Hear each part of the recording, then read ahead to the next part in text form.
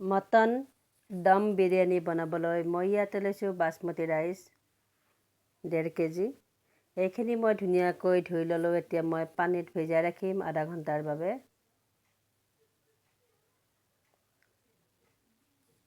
ইয়াত মই লৈছোঁ পিঁয়াজ আধা কেজি,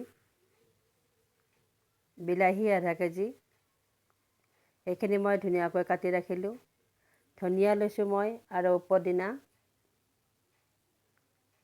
লেমন লৈছোঁ মই 4টা, তাৰে 3টা ব্যৱহাৰ কৰিম। আৰু মই ইয়াত লং, ইলাচি, ডালচেনি লৈছোঁ। মছলাৰ ভিতৰত লৈছোঁ মই জলকীয়া গুড়ি, মটন মছলা আৰু বিৰিয়ানী মছলা। দৈ লৈছোঁ মই ইয়াতে 1 পেকেট, তাৰে মই 250 গ্ৰাম ব্যৱহাৰ কৰিম। এতিয়া মই কেৰাহীত ৰিফাইন তেল ব্যৱহাৰ কৰিছোঁ।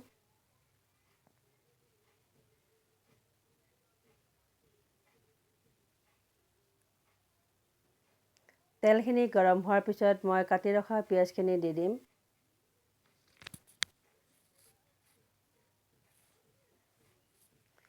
পিঁয়াজখিনি ধুনীয়াকৈ ভাজি ল'ব।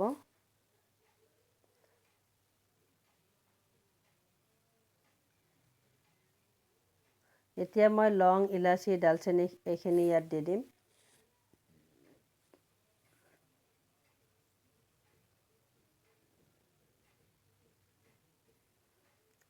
পিঁয়াজখিনি ব্ৰাউন কালাৰ অহালৈকে ভাজি থাকিব। মোৰ পিঁয়াজখিনি ৰেডি হৈ গৈছে। এতিয়া মই এখন প্লেটত পিঁয়াজ অকণমান ৰাখি থ'ম। এইখিনি মই কিয় ৰাখিলোঁ, ভিডিঅ'টো শেষলৈকে চাব, নিশ্চয় গম পাব। অকণমান পিঁয়াজ মই কেৰাহীত থাকিবলৈ দিম। তাত এতিয়া মই আদা নহৰু পেষ্ট ৰেডি কৰি ৰাখিছিলোঁ, সেইখিনিও দি দিম। এইখিনিও ধুনীয়াকৈ লৰাই থাকিব। আৰু এতিয়া মই ইয়াত দৈ দিম 250 গ্ৰাম।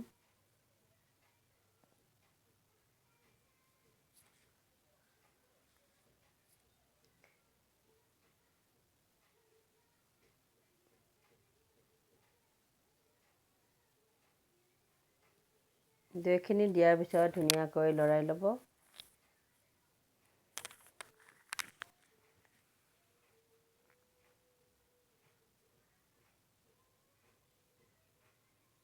এতিয়া মই যিখিনি মছলা ৰেডি কৰি ৰাখিছিলোঁ সেইখিনি দি দিম।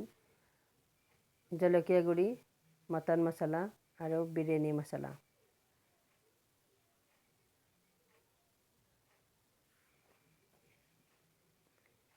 এতিয়া কাটি ৰখা বিলাহীখিনি দি দিম।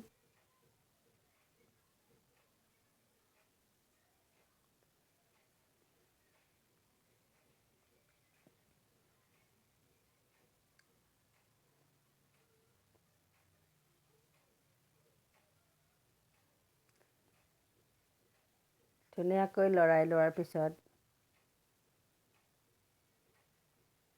এতিয়া মই নিমখ দি দিম। নিমখ মই আপোনালোকে সোৱাদ অনুযায়ী দিব। মই ইয়াত 3 চামুচ দি দিছোঁ।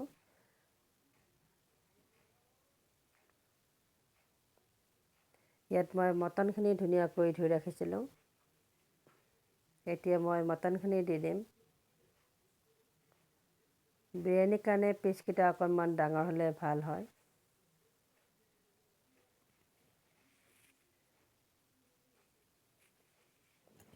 এইখিনি ধুনীয়াকৈ মিলাই ল'ব।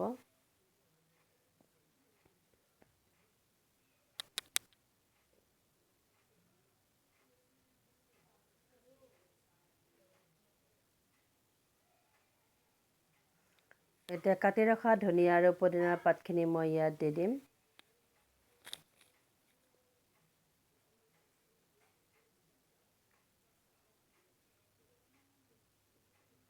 এইখিনিও ধুনীয়াকৈ এবাৰ মিলাই ল'ব।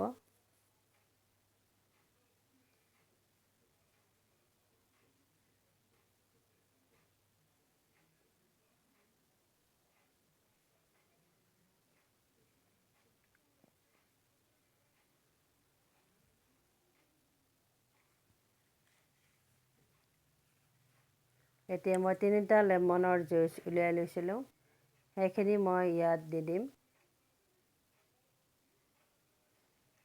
এনেকৈ ঢাকন মাৰি মটনখিনি ধুনীয়াকৈ গলাই ল'ব।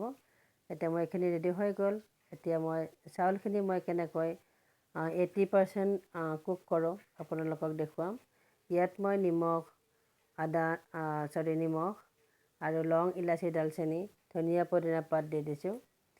আৰু ৰিফাইন তেল মই দিছোঁ এইকাৰণে যাতে চাউলখিনি ধুনীয়াকৈ এটা এটা খিলি খিলি বনি যায়, সেইকাৰণে দি দিছোঁ। আৰু ইয়াত মই লেমনৰ বাকলিখিনি পেলোৱা নাছিলোঁ, এইখিনি মই ইয়াত দি দিছিলোঁ।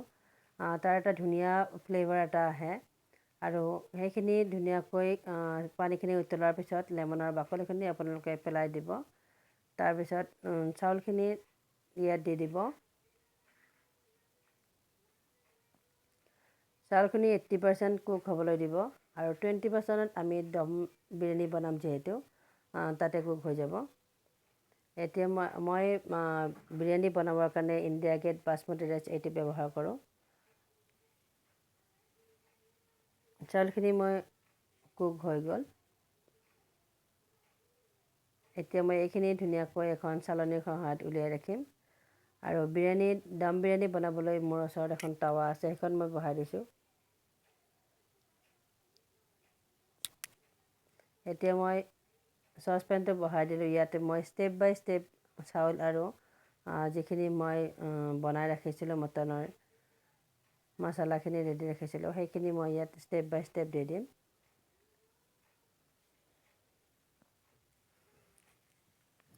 মই ভাজি ৰখা পিঁয়াজখিনি ইয়াত ধুনীয়াকৈ ছটিয়াই দিম। তাৰ লগত মই ঘি অকণমান দি দিম। এতিয়া মই মটনৰ যিখিনি মচলা ৰেডি কৰি ৰাখিছিলোঁ, সেইখিনি ধুনীয়াকৈ লেয়াৰ হিচাপত দি দিম।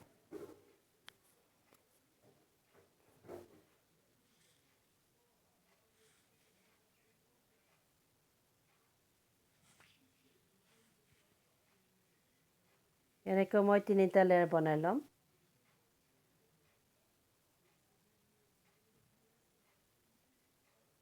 চাউল দিব, আকৌ ভাজি ৰখা পিঁয়াজখিনি দিব, তাৰপিছত ঘি দিব।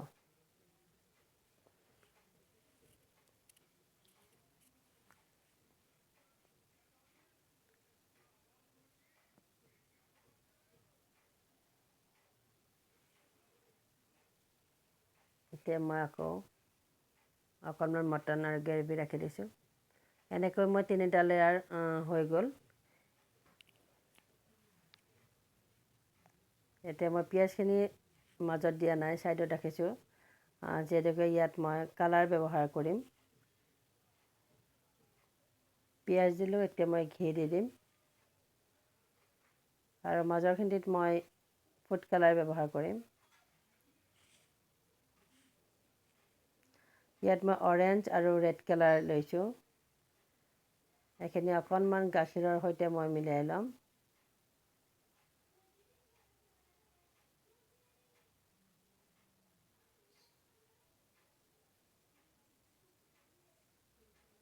মাজত থকা জেগাখিনিত মই ধুনীয়াকৈ কালাৰটো মিলাই দিম।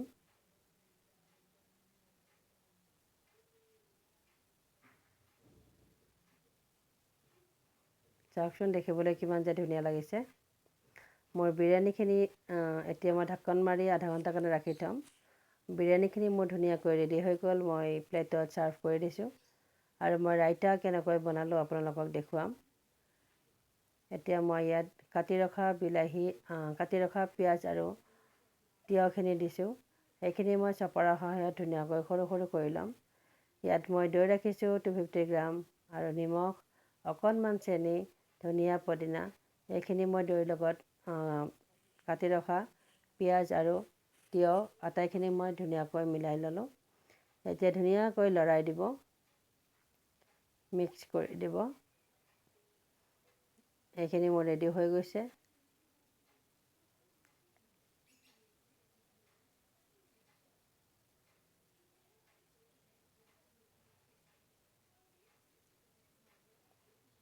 কেনে পালে ভিডিঅ'টি জনাব। আৰু বিৰিয়ানীৰ ৰেচিপিটো দিবৰ কাৰণে মোক বহুত কেইজন বন্ধু বান্ধৱীয়ে মেছেজ কৰিছিলে, মোক ফোনৰ যোগে কৈছিলে। তাৰ কাৰণে আজি মই এই ৰেচিপিটো লৈ আহিছোঁ আপোনালোকৰ বাবে। কেনেকুৱা পালে নিশ্চয় জনাব। ভাল লাগিলে প্লিজ লাইক কৰিব, শ্বেয়াৰ কৰিব আৰু কমেণ্ট কৰিব।